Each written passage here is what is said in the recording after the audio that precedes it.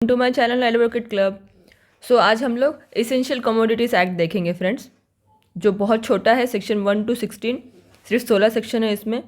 और इस एक्ट का ऑब्जेक्ट जो है to maintain and increase sale of commodity, to deter a person to detain illegally commodity sale, prohibit manufacture.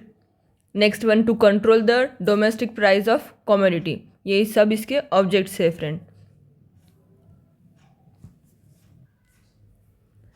And इसके AIIMS जो है फ्रेंड वो है maintain to increase supply of essential commodities, to secure equitable distribution of essential commodities in market, to deter a person from dealing illegally in essential commodity, to provide punishment to a person who is dealing illegally in essential commodities, to control production, manufacturing, supply और distribution of essential commodities friends. So इस काम के लिए ये इसके objects है friends, जो हमारा एसेंशियल कमोडिटी एक्ट है। अब नेक्स्ट हम अपने डेफिनेशन क्लॉज की तरफ चलते हैं। सो इसमें जो डेफिनेशंस दिए हुए फ्रेंड, उसमें से हमारे लिए सिर्फ शुगर की डेफिनेशन जो होगी वो ज़्यादा इंपॉर्टेंट होने वाली है। तो sugar means any form of sugar containing more than 90% जो है इसमें सुक्रोज होना चाहिए, इंक्लूडिंग शुगर कैंडी भी आती है इसमें। खानदेशी शुगर और बूरा sugar, crush sugar, any sugar crystallize और पाउडर फॉर्म, जो हम लोग डेली में यूज़ करते हैं, क्रिस्टल और खड़े वाली जो शुगर होती है वो, या जो पीसी हुई शुगर होती है पाउडर फॉर्म में, उसको बूरा, क्रश करी हुई जो शुगर होती है, ये सब शुगर के डेफिनेशन में आएंगे। Sugar in process in vacuum pan, sugar factory और raw sugar product there in. इसमें रॉ शुगर और वैक्यूम पैन में जो शुगर बनती है ये बहुत भी इंक्लूसिव होते हैं। बस शुगर के डेफिनेशन में इतना ही है friends. Examination point of view से चलेंगे हम लोग शॉर्ट में, फास्ट रिवाइज करने के लिए सिर्फ आज का ये हमारा लेक्चर है। Section 2A essential commodities declaration. Power to notify essential commodities है इसमें फ्रेंड्स। तो कौन से इसेंशियल कमोडिटीज़ होते हैं? इसेंशियल कमोडिटीज़ मीन्स क्या होगा? Which is in the schedule of the act. इसके शेड्यूल में लास्ट में जो शेड्यूल दे रखे हैं इस एक्ट के, उसमें दिखा रखा है कि कौन से इसेंशियल कमोडिटीज़ होते हैं। सेंट्रल गवर्नमेंट में इन पब्लिक इंटरेस्ट, इसमें क्या होता है? सेंट्रल गवर्नमेंट का राइट होता है, अगर लगता है सेंट्रल गवर्नमेंट को नेसेसरी है पब्लिक इंटरेस्ट के लिए, तो सेंट्रल गवर्नमेंट क्या करेगी? नंबर 1, ऐड करेगी किसी भी कमोडिटी को उस शेड्यूल में, या फिर रिमूव करेंगे किसी भी कमोडिटी को उस शेड्यूल से। और इसमें प्रोवाइड क्या है friends? Provided that central government made by notification in official gazette, notification made by notification in official gazette declare any commodity as a essential commodity for a period not more than 6 month। सिर्फ 6 महीने के लिए जो commodity है इसको वो beyond 6 month extend such period beyond the set 6 month. 6 month के लिए सेंट्रल गवर्नमेंट क्या कर सकता है? किसी भी कमोडिटी को एसेंशियल कमोडिटी डिक्लेयर कर सकता है। और इमरजेंसी में यही पीरियड 3 मंथ का होता है फ्रेंड। आगे वो भी सेक्शन हम लोग देखते हैं। और एक हमको क्वेश्चन ये आ सकता है फ्रेंड्स कि इसेंशियल कमोडिटीज़ की डेफिनेशन बोल के, उसका एक मैं सिर्फ फॉर्मेट बता दूंगी आपको कि किस तरह से इसका स्ट्रक्चर लेके चलेंगे हम लोग। पहले क्या लेंगे हम? इसेंशियल कमोडिटीज़ का अगर क्वेश्चन आता है हमको, तो इसेंशियल कमोडिटी के मीनिंग में क्या आएगा? शेड्यूल में जो डिक्लेयर है वो आ जाएगा। फिर शेड्यूल के कुछ जो एसेंशियल कमोडिटीज़ है वो कमोडिटीज़ की लिस्ट आप कुछ इसमें डाल दीजिएगा, like edible oil, food grain, drugs, raw jute, petroleum product, oil seeds, mask, sanitizer, medicine, इस टाइप के जो भी शेड्यूल में लिस्ट दे रखी है, ऐसे कुछ लिस्ट ले लीजिएगा आप। Under this act provide list of essential commodities बोल के, दैट इज बोल के कुछ example. It also provides wait central government is satisfied that it is necessary for the public interest then it may amend and the schedule and add and remove the essential commodities with consultation of state government. Third para आ गया। Fourth para में हम लेंगे any notification issue कितने period के लिए होती है, जो हमने देखा है पहले 6 मंथ के लिए, जो हमने टाइम देखा है इसका टाइम पीरियड, ये हमारा फोर्थ क्लॉज आ जाएगा कि वो 6 महीने के लिए क्या होगा? अप्लाई होगा। एंड इसमें फ्रेंड्स टी जो है वो not a food stuff, tea जो है फूड स्टफ नहीं है, ऐसा सुप्रीम कोर्ट ने केस लॉ में बताया हुआ है। सेक्शन 3 बताता है power to control production, supply, distribution etc of essential commodities. तो इसमें क्या है? सेंट्रल गवर्नमेंट क्या करता है? पब्लिक इंटरेस्ट होगा essential commodity fund, public interest के लिए क्या करेगा? और मेंटेन एंड इंक्रीज सप्लाई और essential commodity, to maintain equitable distribution of essential commodities और to secure any essential commodities to arm force. Central government में बाय ऑर्डर रेगुलेट और prohibit production, supply, distribution of manufacture of essential commodities. इतना ही बताता है friends ये act. इसमें जैसे हम लोग सेक्शन में भी पढ़ सकते हैं, मैंने बताया है जो opinion of necessary experience maintaining increasing supplies of essential commodities, securing the equitable distribution, fair price, securing essential commodities, India effective conduct military operation, provided regulating prohibited production, supply or distribution thereof, trade and commerce therein. Purpose of control order, ये order purpose क्या है इसका, order control कर। सो इसका purpose क्या है friend, to regulate by license और by permit और अदरवाइज प्रोडक्शन, डिस्ट्रीब्यूशन, सप्लाई और other commodities, to bring wasteland under cultivation, wasteland जो होता है उसको कल्टिवेशन में यूज़ करना। नेक्स्ट इसका है टू रेगुलेट बाइंग और सेलिंग प्राइस, कंट्रोल प्राइस जो बोला जाता है जिसको सेल करने का और बाय करने का, उसको रेगुलेट करना। टू डायरेक्ट प्रोड्यूसर और मैन्युफैक्चर और any essential commodities to sell it to government only. जो उसमें प्रोहिबिशन क्या दिया हुआ फ्रेंड, अगर लगता है सेंट्रल गवर्नमेंट को या स्टेट गवर्नमेंट को कि ये सिर्फ गवर्नमेंट को ही सेल करना चाहिए, या फिर तुम ऐसा कुछ विदहोल्ड करके रख रहे हैं प्रोहिबिटरी, जो ज़्यादा प्रोडक्ट होता है मार्केट में लेने के बाद क्या करते हैं प्रोड्यूसर के पास से लेकर विदहोल्ड करके रख देते हैं, और वो मार्केट में जब तक डिमांड नहीं बढ़ती तब तक उसको बेचते नहीं है सेलिंग के लिए। तो इस तरह से जो प्रोहिबिशन है, इस तरह से कुछ अगर आप रखते हो स्टॉक लेके, होल्डिंग इन स्टॉक क्या है, ये प्रोहिबिटेड है। और इसलिए सेंट्रल गवर्नमेंट क्या करता है, ऐसा कोई स्टॉक सेंट्रल गवर्नमेंट को या स्टेट गवर्नमेंट को दिखा देता है कि इसने विदहोल्ड किया है, तो वो उनसे सेल कर सकता है और उसको परमिसिबल कर सकता है कि वो सिर्फ सेंट्रल गवर्नमेंट को या स्टेट गवर्नमेंट को ही सेल करे, ताकि वो आगे पब्लिक को प्रोवाइड कर सके। Section 4, imposing duties on state government ETC। Central government क्या करता है, किसी भी स्टेट को अगर लगता है उसको, तो वो एक्सरसाइज कर सकता है कोई भी ड्यूटी डिस्चार्ज करने के लिए, उसके पावर्स है, उसको क्या करेगा, exercise of any such power और discharge of any such duties, ऐसा वो ऑफिसर और अथॉरिटी को गवर्नमेंट क्या करती है, किसी भी स्टेट को डायरेक्शन दे सकती है। Delegation of power, central government क्या कर सकती है, डेलीगेट कर सकती है powers by notify order, direct that power make or order issue under section 3 में जो दिया हुआ है सेक्शन के, shall in relation to matter and subject to the condition specify direction to be exercise also by such officer authorise subordinate to the central government या फिर such state government को सिर्फ डेलीगेट कर सकते, पावर ट्रांसफर करना, delegation means. Section 6 क्या बोलता है, effect of order inconsistent with other enactments, any order made under section 3 shall have effect not standing anything, कुछ भी बोलता होगा कहीं भी, inconsistent with therewith contained in any enactment other than this act or any instrument having effect by virtue of any enactment other than this act। Effect किसका, over riding effect बताया हुआ है 6 में सिर्फ फ्रेंड। 6 से जो है हमारे लिए बहुत इंपॉर्टेंट है friends, confiscation of essential commodities. इस पर क्वेश्चन आ चुके हैं बहुत बार फ्रेंड्स, इसलिए हमारे लिए बहुत इंपॉर्टेंट है। इसका मैं एक क्वेश्चन का जो आंसर फॉर्मेट है वो आपके लिए रीड करती हूँ, उसके बाद हम सेक्शन भी रीड करेंगे। कॉन्फिस्केशन ऑफ इसेंशियल कमोडिटीज़ में क्या आएगा friend, if any essential commodities is seize in contravention of order issue under section 3 में जो ऑर्डर दिया हुआ है इसका कॉन्ट्रावेशन करता है अगर, such seizure shall be immediately reported to the district magistrate. Report किसको करेंगे हम, ये डिस्ट्रिक्ट मैजिस्ट्रेट को करेंगे friend,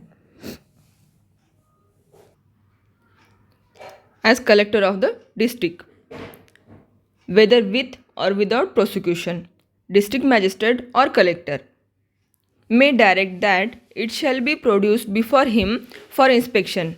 If collector is satisfied that there is a contravention of order issue under section 3, it may direct or order, then he may order of confiscation. may order confiscation of, किसका confiscation करेगा friends, वो essential commodities so seized, package covering such essential commodities is found, any animal, vehicle, vessel, other conveyance used in carrying the such essential commodities, उसको भी वो क्या करेगा, confiscation के order pass करेगा। एंड नो फूड ग्रेन और edible oil in pursuance of an order made under section 3 relation there to from a producer shall, producer means जिस producer है अगर वो, स्पेशली फ्रेंड्स ये याद रखिएगा, जिस तरह से फार्मर जिसको हम बोला जाएगा, अगर वो प्रोड्यूसर फूड ग्रेन और एडिबल ऑयल का स्टॉक करता है, जो भी स्टॉक है उसके पास, उसको कॉन्फिस्केशन का ऑर्डर कलेक्टर नहीं पास करेगा। Food grain and edible oil not been confiscated under this section if it is by producer और फार्मर, प्रोड्यूस बाय प्रोड्यूसर और फार्मर, देन वो कॉन्फिस्केशन की प्रोसीडिंग जो होगी वो अंडर दिस सेक्शन नहीं करेगा। Okay friend, then section 6B, issue of show cause notice before confiscation of food grain. अगर नोटिफिकेशन नहीं दोगे तो आप कॉन्फिस्केशन की प्रोसीडिंग नहीं कर सकते, यही बताता है section 6B। Collector shall not order confiscation of such seized essential commodities or any vehicle, animal, vessel used in it before, unless notification to show cause in writing is given to person claiming as the owner of such essential commodities or animal, vessel or vehicle etc, or reasonable opportunity to be heard shall be given to the person। Writing में इसको क्या होगा, notice देना पड़ेगा। जब तक अगर वो नोटिस देने के बाद उसको हर्ट करने के बाद ही रीजनेबल अपॉर्चुनिटी होना चाहिए उसको हर्ट करने की, उसके बाद ही कॉन्फिस्केशन की प्रोसीडिंग जो होगी वो स्टार्ट होगी फ्रेंड्स। यही बताता है सेक्शन 6B। रीजनेबल जो अपॉर्चुनिटी होती है उसको, रीजनेबल अपॉर्चुनिटी उसको सुनने की दी जाती है। और अगर मेरली खाली रीज़न हुआ, कोई डिफेक्ट होगा, इरेगुलेटरी होगी नोटिस में, उस बिना पे कॉन्फिस्केशन की प्रोसीडिंग जो है वो इनवैलिड नहीं होगी। यह सेक्शन 6B का 3 क्लॉज बताता है। C क्लॉज में है अपील। अपील में फ्रेंड्स किसको करेंगे, any person agreed of any confiscation order, जो भी कॉन्फिस्केशन का ऑर्डर होगा 6A में, अगर उससे एग्रीड है वो पर्सन तो वो क्या करेगा, उस ऑर्डर को विद इन 1 मंथ में prefer and appeal to judicial authority. Judicial authority के पास क्या करेगा फ्रेंड, वो जुडिशियल अथॉरिटी में सेशन कोर्ट में जाएगा मैटर। ये फ्रेंड्स एग्री पर्सन क्या करेगा, अपील करेगा जुडिशियल अथॉरिटी में within 1 month in this behalf of state government. Appointed कौन करेगा इसको, appointed by the state government. Judicially authority appoint by state government. High court को सॉरी सेशन कोर्ट को जो पावर इसमें दे रखे judicial authority means friend. Section 6D बताता है, the award of any confiscation under this act by the collector shall not prevent the infliction of any punishment which the person affected thereby is liable under this act। any punishment prevent नहीं करेगा उसको। 6C है, bar of jurisdiction of certain cases, whenever any essential commodities is seized in pursuance of vehicle, vessel, animal seize for contravention of order under section 3 का contravention करता है, जो भी 3 का कॉन्ट्रवेंशन करता है तो 6 में कॉन्फिस्केशन लगेगा उसमें, और बार ऑफ जुरिस्डिक्शन आएगा उसमें, नोटिस दिया जाएगा, उसका अपील किया जाएगा। 6 में यही बताता है फ्रेंड।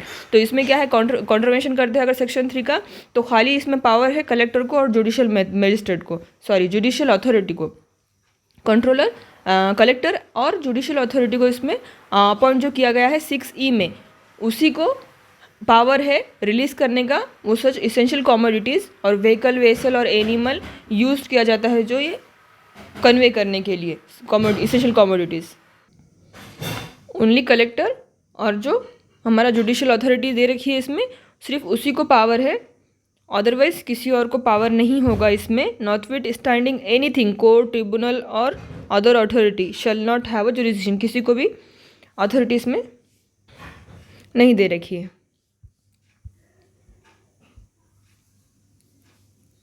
नेक्स्ट इसमें जो है फ्रेंड्स हमारा पेनल्टीज का सेक्शन है, section 7। Whenever contravene any order issue under section 3 of this act, तो कॉन्ट्रवेशन करने के बाद इसका पेनल्टी कितनी होगी, imprisonment which may extend to 1 year and shall also liable for fine.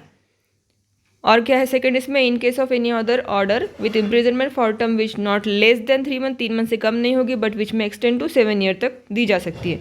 Also fine के लिए भी वो लायबल होगा। Same, provide that court may for any advocate and special reason to be mentioned in the judgment impose sentence imprisonment for term less than 3 month। अगर 3 month से कम देना है तो वो रीज़न मेंशन करना पड़ेगा उसको, कोर्ट को, जो भी कोर्ट दे रहा है वो ऑर्डर पास कर रहा है। फोरफिट कर सकते हैं वो एनिमल, वेसल, व्हीकल जो भी यूज़ होगा, property shall convert order for government के पास चली जाएगी, फोरफिट होके वो property. Section 8, attempt and abatement। any person who attempt or contravenes or abet a contravention of any order made under section 3 shall deem have contravened that order। attempt और abet भी करता है तो deem किया जाएगा कि उसने वो contravene किया है ऑर्डर को। सेक्शन 10 में ऑफेंस बाय कंपनी, इसमें लिखा है कि पर्सन्स करता है कुछ कॉन्ट्रावेन तो पनिशमेंट होगी, अगर कंपनी करती है तो इसलिए ये सेक्शन इंक्लूड है फ्रेंड कि कंपनी भी अगर कुछ करती है, एवरी पर्सन कंपनी का जो होगा वो ऐसा माना जाएगा कि कॉन्ट्रावेन कर रहा है, guilty of contravention of this, liable to punishment, जो पहले पनिशमेंट देखी है उसी के लिए। सेक्शन 10 बोलता है कि ऑफेंसेस इसमें जितने भी मैं इंक्लूड कर रखे हैं वो सबके सब क्या है, कॉग्निजेबल हो गए। कंपनीज भी कन्विक्टेड है अंडर दिस एक्ट, ये सेक्शन 10 भी बोलता है फ्रेंड्स। सेक्शन 10C में प्रिजम्पशन दिया हुआ है capable, culpable and mental state का, कि वो जो कंडीशन जो है पर्सन की, whenever for any offence under this act existence of culpable mental state is essential, court shell presume existence of such culpable and mental state, court presume करेगा उसकी इस कंडीशन का, presume the existence of such mental state. और accused को अगर करना होगा तो उसको डिफेंस लेना होगा, अगर अक्यूज को तो उसको प्रूव करना पड़ेगा कि उसका मेंटल स्टेट जो है वो नहीं था उस चार्ज को ऑफेंस करने के लिए प्रोसिक्यूशन का। सेक्शन 11 बोलता है कॉग्निजेंस ऑफ ऑफेंस, कोई भी कोर्ट इसका कॉग्निजेंस नहीं लेगा कब तक, एक्सेप्ट रिपोर्ट राइटिंग में होना चाहिए, पब्लिक सर्वेंट नहीं करना चाहिए। पब्लिक सर्वेंट कौन, जो सेक्शन 21 ऑफ आईपीसी में दे रखा है वो पब्लिक सर्वेंट, और एनी पर्सन एग्रीड जो है इससे वो, और रिकॉग्नाइज कंज्यूमर जो होगा एसोसिएशन का वो, वेदर मेंबर उसमें हो या ना हो, वो अगर रिटर्न में कोई कंप्लेंट रिपोर्ट करता है तभी इसका कॉग्निजेंस लिया जाता है। Section 12 special provision regarding fine, not with standing anything, section 29 of CrPC में सेक्शन 29 में कुछ भी बोल कर रखा हो फिर भी लॉफुल है क्या, मेट्रोपॉलिटन मजिस्ट्रेट और JMFC judicial magistrate first class specially empowered by the state government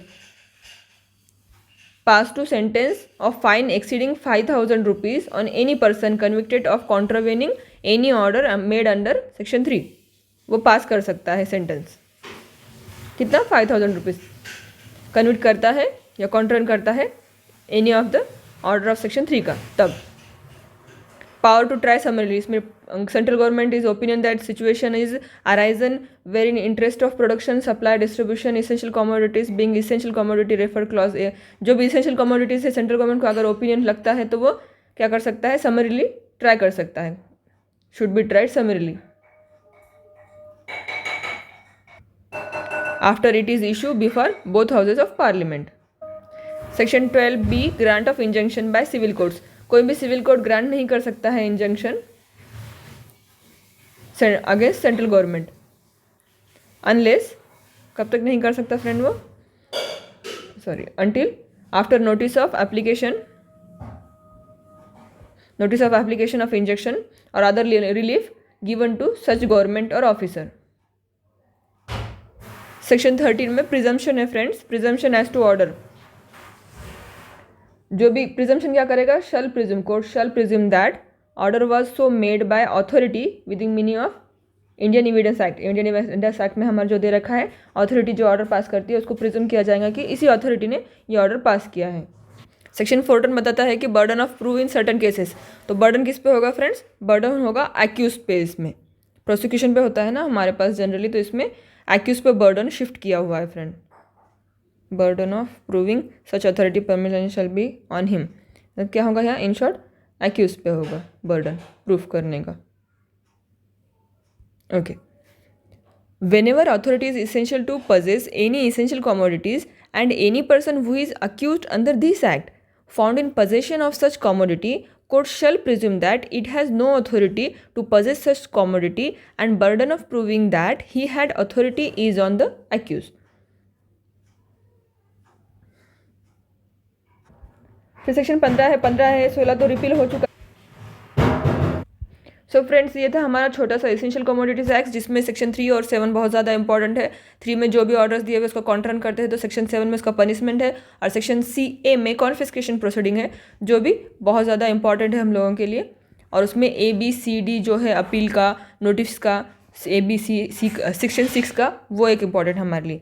बस इतना छोटा सा एक्ट है फ्रेंड, एक बार हम इसको देख लें तो ये हमारे एग्जाम में बहुत बेनिफिशियल हो सकता है। इसमें जो कमोडिटीज एक्ट में क्या था फ्रेंड, जो हमारा लॉकडाउन में कोरोना के टाइम पे मास्क N90 जो मास्क थे कितने महंगे बिक रहे थे। इस तरह से अगर कोई भी क्या करते हैं, प्रोड्यूसर क्या करते हैं, प्राइस बढ़ा के हाइक करके सेल करते हैं, तो उसको रोकना और वो कंट्रोल करना प्राइस को। आज वही मास्क 20 रुपये में मिलता है, वो टाइम पे 400 में मिल रहा था वही मास्क।